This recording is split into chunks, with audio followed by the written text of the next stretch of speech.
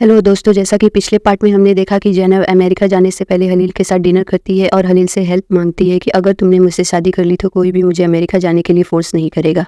और हलील ज़ैनब की बात मानकर टिकट जला देता है। ये देखकर ज़ैनब खुश हो जाती है। अब आगे छोटा ज़ैनब की फैमिली को बताता है कि डिनर पर हलील ने ज़ैनब को शादी के लिए प्रपोज किया है, इसलिए वो उसके साथ चली गई है। ये सुनकर फिक्रित और रिजवान परेशान हो जाते हैं। यहाँ हलील सभी को बताता है कि मैं और ज़ैनब जल्द ही शादी करने वाले हैं, लेकिन हलील के दोस्तों को छोड़कर ये बात किसी को पसंद नहीं आती कि यास्मीन के मरते ही हलील ज़ैनब से शादी करने जा रहा है। यास्मीन की दोस्त सीमा ज़ैनब से पूछती है क्या तुम दोनों शादी करके एक साथ रहने वाले हो, जिस पर ज़ैनब कह देती है बिल्कुल नहीं। सीमा कहती है अगर मैंने तुम दोनों को साथ में देखा तो मैं तुम दोनों को शूट कर दूंगी। ये देखकर ज़ैनब सैड होकर हलील से कहती है कि यहाँ कोई भी हमारी शादी से खुश नहीं रहेगा हलील, इसलिए हम ये शादी नहीं करेंगे। जिस पर हलील ज़ैनब को समझाता है कि सभी को टाइम दो, मुझे यकीन है कि सब हमारी शादी को जल्द ही कबूल कर लेंगे। ज़ैनब यास्मीन के माँ बाबा को यहाँ से जाता देखकर उन्हें समझाती है कि हलील मुझसे ये शादी सिर्फ मेरी मदद करने के लिए कर रहा है। मैं जानती हूँ कि हलील यास्मीन से बहुत प्यार करता है, इसलिए मैं आपकी बेटी की जगह हलील की जिंदगी में कभी नहीं लूंगी, इसलिए प्लीज ये घर छोड़कर मत जाइए। दोनों मान जाते हैं। इधर तामर से शादी करने के लिए मान जाती है और तामर से बात कर उसकी खूब तारीफ करती है और उससे कहती है कि तुम कोई भी बात मुझसे शेयर कर सकते हो। यहाँ सभी मिलकर लैला और युवाज की सगाई आज ही करने को कहते हैं। हलील के दोस्त हलील से पूछते हैं कि क्या तुम ज़ैनब को यास्मीन की तरह प्यार करते हो, जिस पर हलील कहता है कि मेरी लाइफ में यास्मीन और ज़ैनब की जगह अलग अलग है। तभी हलील को पता चलता है कि ज़ैनब की माँ आई है, वो उनका वेलकम करता है। ज़ैनब की माँ हलील से मिलकर कहती है कि ज़ैनब तुमसे बहुत प्यार करती है। ये सुनकर हलील उनसे कहता है कि आप गलत समझ रही हैं, ज़ैनब और मैं सिर्फ दोस्त हैं। तभी वहाँ ज़ैनब आ जाती है अपनी माँ से मिलने। ज़ैनब शादी के लिए रेडी होती है। जब हलील उसे लेने आता है, ज़ैनब आकर कहती है कि फोटो जरूर लेना शादी की। हलील ज़ैनब से पूछता है क्या तुम चाहती हो कि लेवेंट तुम्हें यहाँ से किडनैप कर ले जाए। ज़ैनब कहती है हाँ तो आने दो लेवेंट को, मैं तुम्हें छोड़कर उसके साथ चली जाऊंगी। जिस पर हलील कहता है तुम्हें कोई नहीं ले जा सकता मेरे पास से। यहाँ ज़ैनब और हलील की शादी शुरू होती है, जहाँ दोनों एक दूसरे को वाइफ हस्बैंड कबूल करते हैं और साइन करते हैं। हलील ज़ैनब को हक करता है और फोटो लेने को कहता है। सभी की फोटो ली जाती है। उसके बाद सभी मिलकर खुशी से खाना खाने लगते हैं। तभी ऑफिसर वहाँ आता है। ज़ैनब और हलील को कांग्रेट्स करता है शादी के लिए और कहता है कि मुझे खबर मिली थी कि यहाँ एक जबरदस्ती शादी हो रही है, वही देखने मैं यहाँ आया था। जिस पर ज़ैनब कहती है मैंने अपनी मर्जी से हलील से शादी की है। उसके बाद ऑफिसर हलील से अकेले में बात करने जाता है और हलील से कहता है तुम पागल हो गए हो। हलील हंसते हुए कहता है अरे तुम्हें मुझे कांग्रेट्स करना चाहिए, आखिर शादी रोज रोज थोड़े ना होती है। ऑफिसर कहता है हलील तुम्हें याद है ना कि तुमने शादी अपने दुश्मन की बेटी से की है, कल को जब तुम उसके बाप और भाई को मार दोगी तो ज़ैनब से क्या कहोगी। जिस पर हलील कहता है कि शादी से पहले मैंने अपनी दुश्मनी के बारे में ज़ैनब को बता दिया और उसे इससे कोई प्रॉब्लम नहीं है। लैला ज़ैनब को कॉल कर अपनी सगाई रोकने के लिए हलील की हेल्प मांगती है। हलील ज़ैनब को परेशान देखकर पूछता है। ज़ैनब हलील को सब बता देती है। हलील कहता है मैं लैला की मदद जरूर करूंगा। ज़ैनब हलील को वहाँ जाकर फाइट करने से रोकती है। जिस पर हलील कहता है मैं वहाँ कोई फाइट करने नहीं जाऊंगा, बल्कि अपनी बीवी के साथ जाऊंगा। यहाँ फिक्रित को बहुत गुस्सा आता है ये जानकर कि उसकी माँ हलील और ज़ैनब से मिलने गई थी। तभी यहाँ इल्माज आता है जो फिक्रित के मामू का बेटा होता है। ज़ैनब रेडी होकर हलील के पास आती है लैला की सगाई में जाने के लिए और हलील के दोस्तों को भी वहाँ साथ चलने को कहती है। लैला की सगाई के लिए सभी एक साथ बैठे होते हैं। ज़ैनब हलील के साथ वहाँ पहुँचती है। लैला और युवाज रिंग एक्सचेंज करने वाले होते हैं कि ज़ैनब और हलील वहाँ आते हैं। सब हलील और ज़ैनब को वहाँ देखकर शौक होते हैं। ये इल्माज ज़ैनब से मिलता है और हलील को कहता है कि तुम्हारे बारे में बहुत सुना है।